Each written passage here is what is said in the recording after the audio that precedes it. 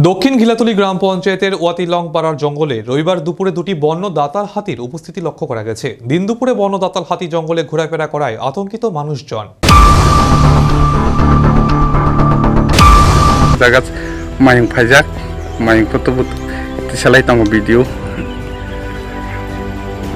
দক্ষিণ ঘিলাতলী গ্রাম পঞ্চায়েতের ওয়াতিলং পাড়ার জঙ্গলে রবিবার দুপুরে দুটি বন্য দাতাল হাতির উপস্থিতি লক্ষ্য করা গেছে। হাতিগুলি এলাকা জুড়ে ঘোরাফেরা করায় ওয়াতিলং পাড়া ভূমিহীন কলোনি এবং ছনখোলা গ্রামের বাসিন্দারা চরম আতঙ্কে রয়েছেন। ঘটনার খবর পেয়ে স্থানীয় প্রশাসন ও বন দপ্তরকে অবিলম্বে জানানো হয়।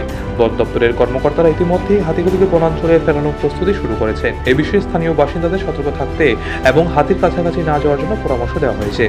গ্রামবাসীরা নিজেদের নিরাপত্তা এবং সম্পদ রক্ষায় তৎপর রয়েছেন। অন্যদিকে বন দপ্তরের কর্মীরা হাতির চলাচল পর্যবেক্ষণ করছেন এবং যথাযথ পদক্ষেপ নেওয়ার জন্য চেষ্টা চালাচ্ছেন। বন্যপ্রাণীর আবাসস্থল ধ্বংস হওয়ার কারণে এমন ঘটনা বাড়ছে বলে বিশেষজ্ঞরা মনে করছেন। এই পরিস্থিতি মোকাবিলায় প্রশাসনের পাশাপাশি সাধারণ মানুষকেও সচেতন ও প্রস্তুত থাকতে হবে।